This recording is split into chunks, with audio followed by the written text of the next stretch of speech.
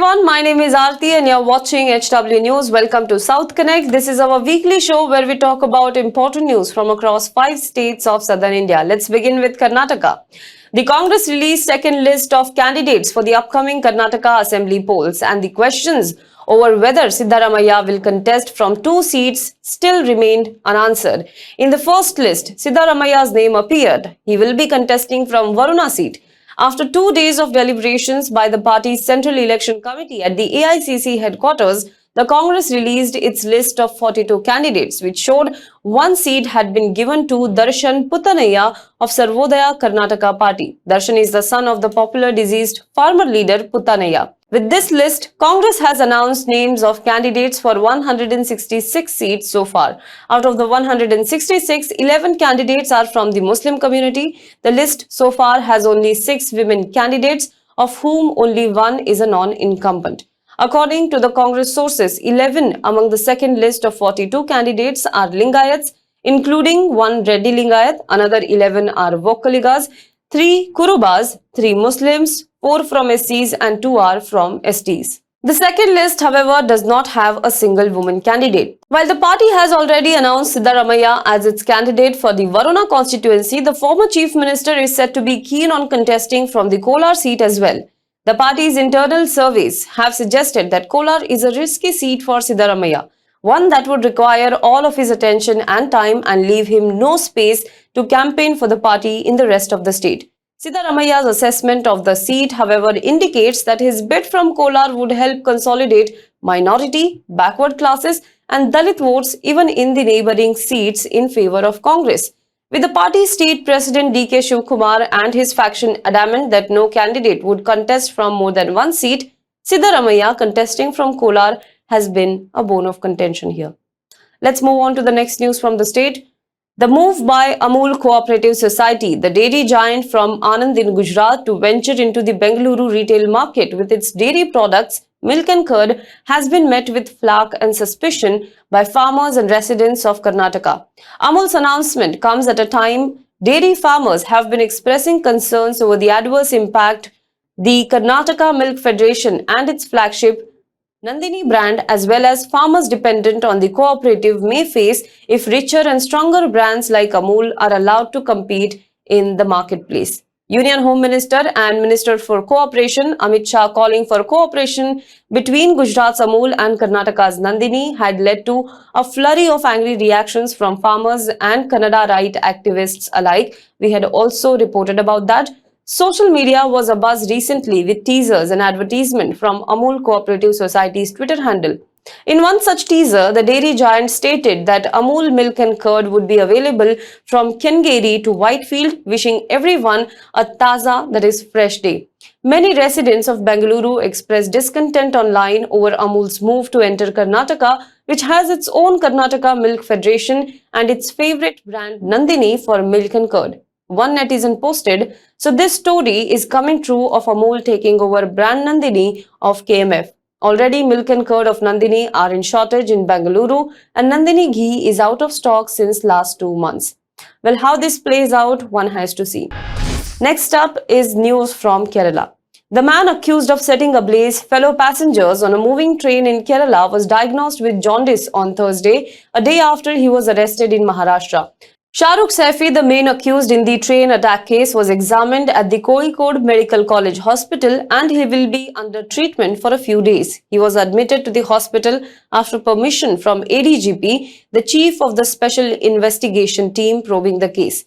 Now, the 24-year-old Saifi will undergo treatment in a special cell in the hospital. Saifi was taken into custody by the Maharashtra Police's anti-terror squad from Ratnagiri and he was later handed over to a 3-member team of the Kerala police. Saifi, who hails from Uttar Pradesh, worked as a migrant labourer in the construction sector in Kerala's Kozhikode. On Sunday, April 2nd, he was seen boarding the D1 coach of the Alappuzha-Kannur Express, sprinkling petrol inside and setting fire to it. 2 passengers suffered critical burn injuries, while 3 people, including a 2-year-old, died while jumping off the train to avoid the attack. Let's move on to the next state, that is Tamil Nadu. Tamil Nadu Governor Anand has stoked controversy yet again, calling the anti-Sterlite protest in Thoothukudi foreign funded. Speaking at an event at the Raj Bhavan on Thursday, Ravi said it was entirely foreign funding activities that led to the protest. Unfortunately, there was police firing that cost innocent lives.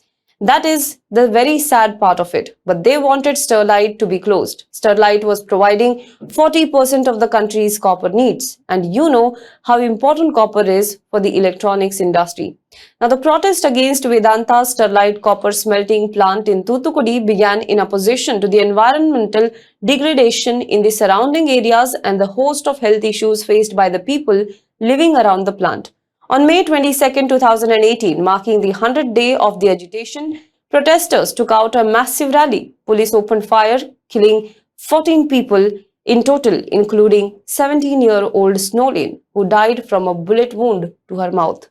At the event, Ravi also said that today foreign and external elements are not in a position to take on India directly, so our vulnerability is within. Create issues, create disharmony, create a situation which stops the progress, create tension, create riots.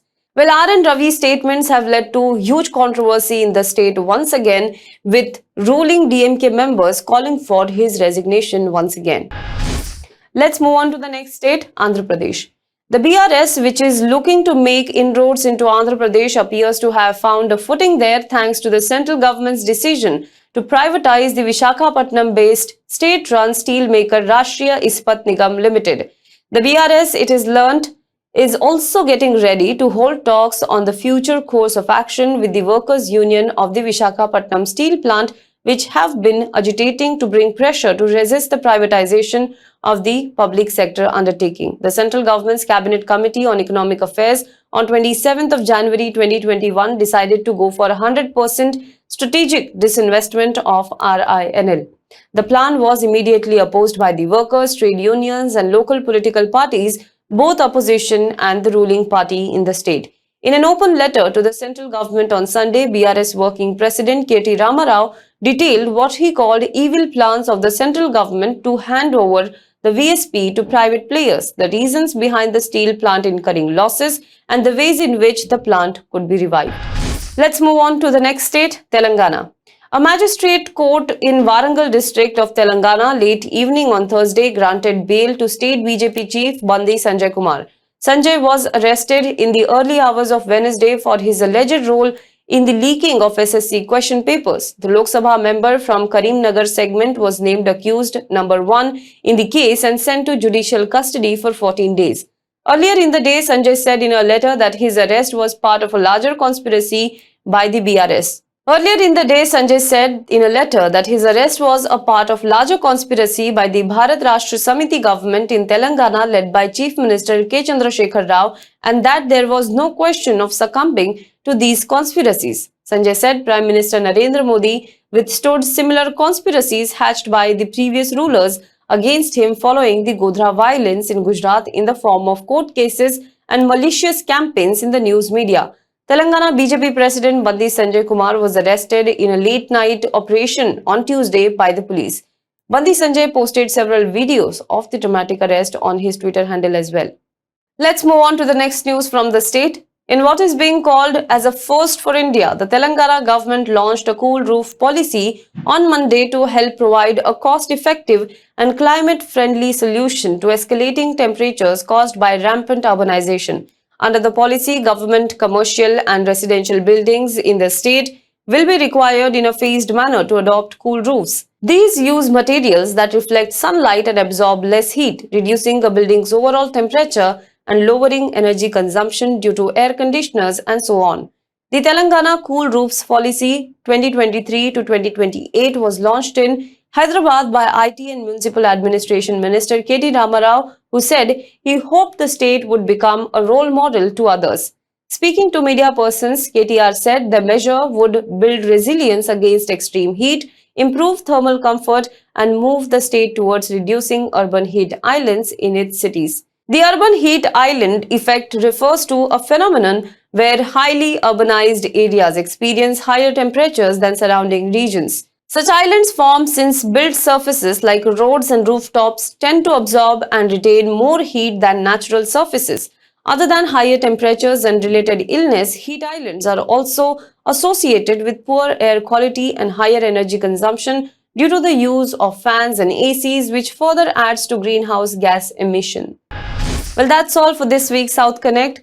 Share your views in the comment box below. For more news and updates, you can log on to www.hwnews.in.